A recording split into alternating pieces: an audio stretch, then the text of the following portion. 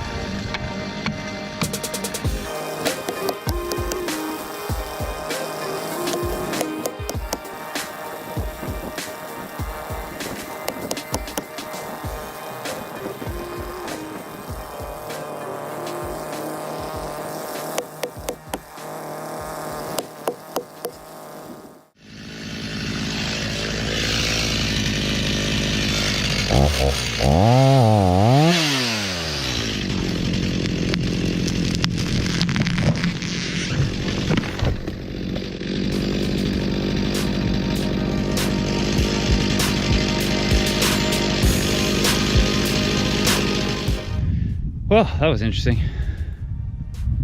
I'm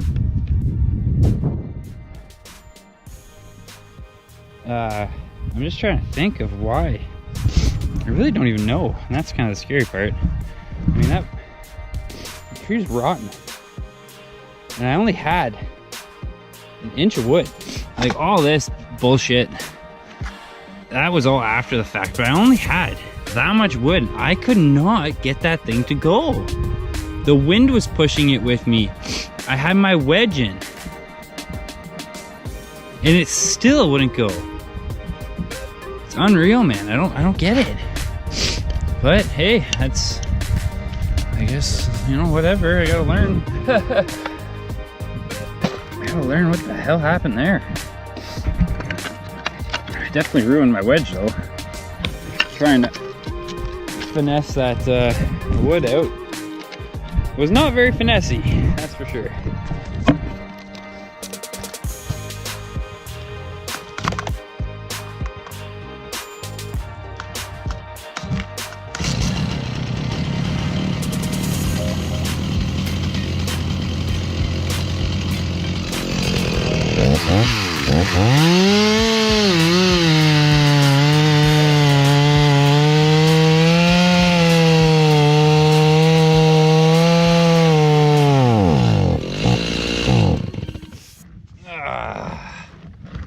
Isn't that the worst? Ugh.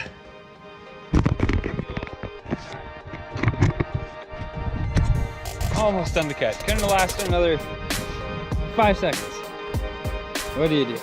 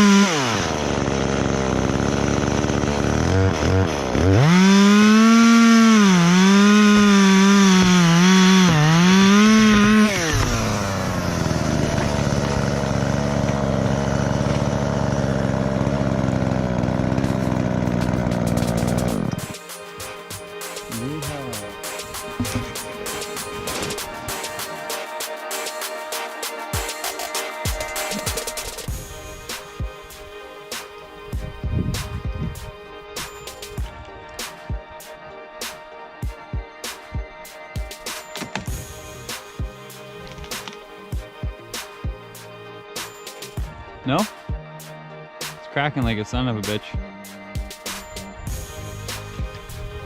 Okay, here, I can help you out if you need it. Oh, there it goes. Oh, look at that. Oh, you can let go. It's not gonna go back. Look at you rolling around in the snow.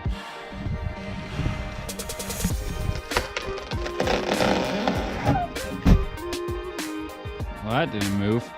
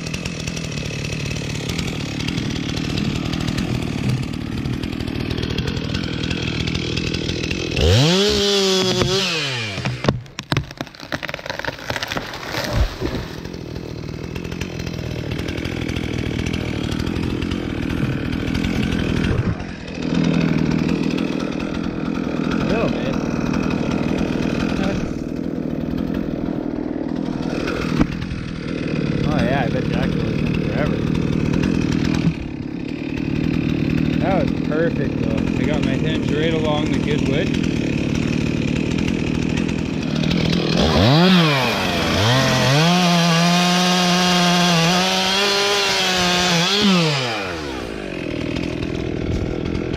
Yeah, cool.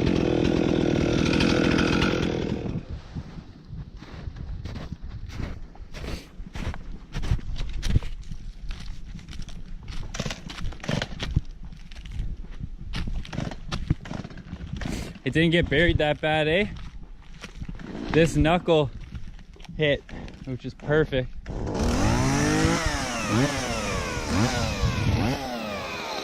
Cool.